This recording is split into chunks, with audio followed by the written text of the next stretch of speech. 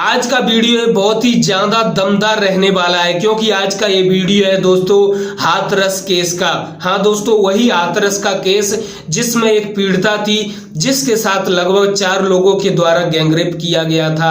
और दोस्तों वह मामला अभी भी चल रहा है, लेकिन उन आरोपियों को, जो कि लगभग 4 आरोपी पकड़े गए, उन आरोपियों के नाम एक का था संदीप, एक का रामू, एक का लवकुश और एक का रवि। ये लगभग 4 आरोपी थे। ये 4 आरोपी पकड़े गए। इनको आखिरकार दोस्तों क्या सजा सुनाई गई और इस मामले में क्या चल रहा है और क्या हो रहा है, बहुत ही बड़ी जानकारी के साथ मैं इस वीडियो में आया हूं। उससे पहले मैं कहना चाहता हूं, अगर आप पहली बार आए हो तो चैनल को सब्सक्राइब, बेल आइकन को जरूर दाब देना। जैसा कि आप लोगों को पता है कि हमारे इस चैनल पर हमेशा से लड़कियों की सपोर्ट में कई बार वीडियो जाते हैं। जब जब भारत देश में किसी लड़की के साथ कुछ ऐसा दुर्व्यवहार या कुछ भी होता है, उसके सपोर्ट में हमारे इस चैनल पर जरूर वीडियो आता है और हमेशा से आता रहा है। और आज का ये वीडियो भी बहुत ही स्पेशल रहने वाला है, बहुत ही दमदार रहने वाला है। इस वीडियो को बिल्कुल भी मिस मत करना, वरना आप एक ऐसी बड़ी जानकारी पर पर्दा डाल देंगे जो जानकारी आपको जानना बहुत ही जरूरी है। दोस्तों बहुत लोगों के द्वारा यह क्वेश्चन किया गया कि आखिरकार वह जो हाथरस का केस था जिसमें एक पीड़िता के साथ ऐसा कुछ हुआ, उस केस में चल क्या रहा है, पूरी जानकारी आज आपको इस वीडियो में मिलने वाली है। दोस्तों वह घटना थी 2020 की और उस समय दोस्तों खेत में वह लड़की घास लेने के लिए गई थी, लेकिन वहां खेत में कुछ ऐसा हुआ, ऐसी घटना हुई जिस घटना ने पूरी दुनिया का बल्कि पूरे देश का अपना ध्यान आकर्षित कर दिया। दोस्तों उसमें लगभग 4 आरोपी पकड़े गए, जिन पर जो मामला दर्ज हुआ है उसे सुनकर तो आप हैरान हो जाओगे। उन 4 आरोपियों पर दोस्तों हत्या, rape, gang rape, ST SC act के तहत दोस्तों कई ऐसी धाराएं लगाई गई हैं जिन्हें सुनकर आप भी हैरान हो जाओगे। सच में आज बहुत बड़ी जानकारी मिलने वाली है। उस दिन कुछ ऐसी बड़ी घटना हुई थी जिसके बाद पूरे देश से आवाज आने लगी कि इसकी सही से जांच की जाए। लोगों के द्वारा आवाज आने के कारण उस केस में CBI जांच लगी थी और CBI जांच लगने के बाद छानबीन चालू हो गई और सबसे ज्यादा पूछताछ दोस्तों जो उस पीड़िता का भाई था उससे की गई, उसकी पूरी फैमिली से की गई पूछताछ, लेकिन जो पीड़िता का पूरा परिवार था उनके द्वारा सीधा सीधा आरोप लगाया गया 4 आरोपियों पर। दोस्तों अगर इस प्रकार से कोई आरोप लगाया जाता है तो CBI के लिए वह केस सॉल्व करने के लिए बहुत ही आसानी हो जाती है, बहुत ही सरलता हो जाती है किसी केस को सॉल्व करने के लिए, अगर किसी केस में किसी आरोपी का नाम आ जाए तो। और एक सबसे बड़ी बात थी कि जो पीड़िता थी उसका जो अंतिम बयान लिया गया था वह भी दोस्तों कैमरे की नजर में रिकॉर्ड था, यानी पूरी दुनिया वालों को पता है। आज भी कई वीडियोज डले हुए आप देख सकते हैं। और दोस्तों जो अंतिम बयान था उस बयान में भी उस पीड़िता ने उन 4 आरोपियों के नाम ले दिए। दोस्तों आज वह पीड़िता हमारे बीच में नहीं है।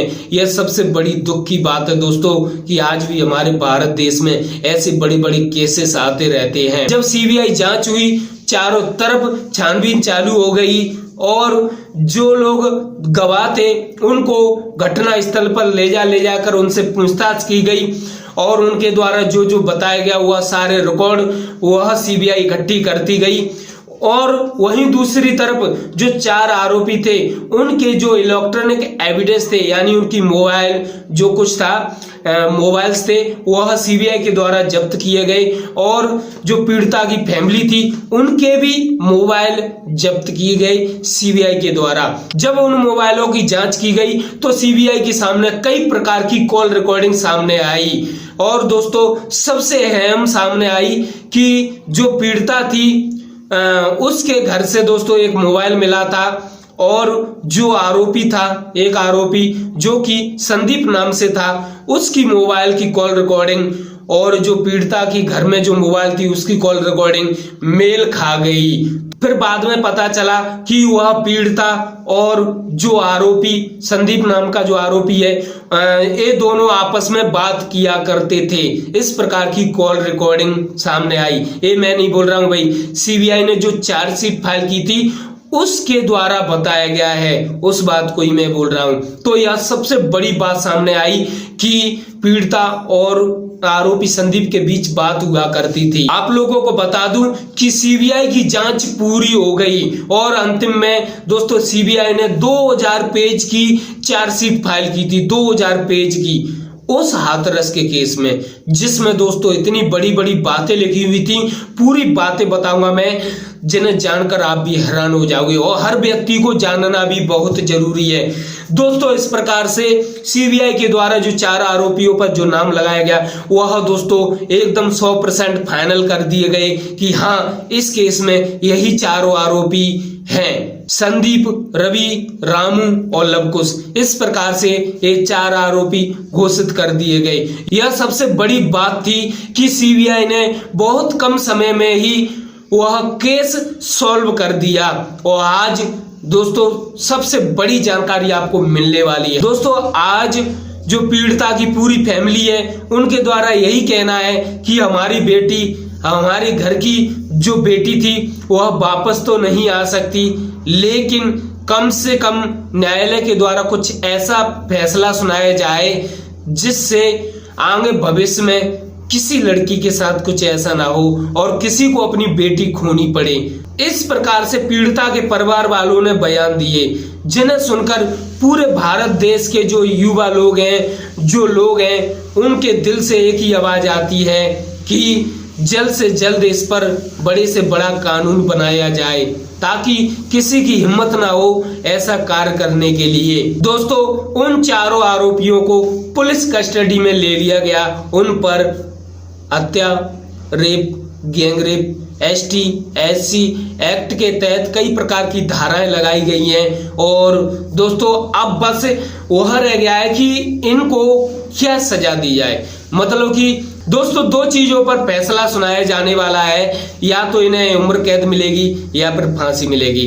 इस प्रकार से लोगों की निगाहें, लोगों के कान टिके हुए हैं सुनने के लिए, देखने के लिए कि क्या फैसला आएगा इन 4 आरोपियों के लिए, क्योंकि इनके द्वारा एक ऐसा कार्य किया गया जिससे पूरी दुनिया, पूरा देश के लोग हिल गए। दोस्तों इन चारों आरोपियों को पुलिस कस्टडी में ले लिया गया और सबसे बड़ी बात ये है कि इन्हें एक ही जेल में तो रखा जा रहा है, लेकिन अलग अलग बैरक में रखा जा रहा है ताकि ये लोग आपस में बात भी ना कर सकें। यह सबसे बड़ी चौंकाने वाली बात है। इनकी तारीखें लग रही हैं और इस केस में दोस्तों कुछ गवाह भी सामने आ गए, जिसकी वजह से यह केस इतना आगे आ गया और यह केस 100% सॉल्व हो गया। इसकी बहुत सारी ऐसी बातें हैं जिन्हें जानकर आप हैरान हो जाओगे। लेकिन दोस्तों इस केस में एक बहुत बड़ी बात सामने आई जो कि सीबीआई की चार्जशीट में थी, यानी कि उस चार्जशीट में ऐसा क्या क्या था, क्या क्या लिखा हुआ था। इसके लिए मैं दोस्तों अलग से एक वीडियो तैयार कर दूंगा, अगर आप लोग कमेंट्स करके बोलेंगे तो, कि आखिरकार जो सीबीआई ने जांच की उसमें क्या क्या लिखा था, उस सीबीआई की चार्जशीट में क्या क्या लिखा था इन 4 आरोपियों। क्योंकि जो चार्जशीट फाइल होती है ना दोस्तों, उसमें ऐसा नहीं होता कि सिर्फ आरोपियों के यही कुछ लिखा हो। उसमें दोस्तों जो पीड़िता की पूरी फैमिली होती है, जो पीड़िता के जो गवाह होते हैं, वह सबका रिकॉर्ड होता है, वह सब कुछ पूरी डिटेल अगर आप जानना चाहते हो तो मुझे कमेंट्स करके बता देना, मेरा अगला वीडियो इसी के ऊपर आ जाएगा। और दोस्तों यह सबसे बड़ी बात है कि फैसला होना बाकी है इस पीड़िता के आरोपियों के ऊपर। दोस्तों आप लोगों की क्या राय है, आप हमें जरूर कमेंट्स करके बता सकते हैं। पहले भी एक केस सामने आया था, निर्भया का केस, बस यहाँ से आगे मुझे बोलने की जरूरत ही नहीं पड़ेगी, आप लोग समझ ही गए होंगे। और सब कुछ ध्यान में रखते हुए आप लोगों का क्या फैसला है, आप लोग क्या सोचते हैं, आप जरूर हमें कमेंट्स करके बता सकते हैं। आज वह लड़की हमारे बीच वापस तो नहीं आ सकती, लेकिन वह अंतिम बयान देकर गई पूरी वीडियो रिकॉर्डिंग के साथ। दोस्तों उसने अंतिम बयान में आरोपियों के नाम भी बताए, सब कुछ बताया, क्या हुआ था, क्या घटना हुई थी। इस कारण से सीबीआई की जांच बहुत ही आसान हो गई। दोस्तों तुरंत ज्यादा टाइम ना लगते हुए सीबीआई जांच बहुत जल्द हो गई।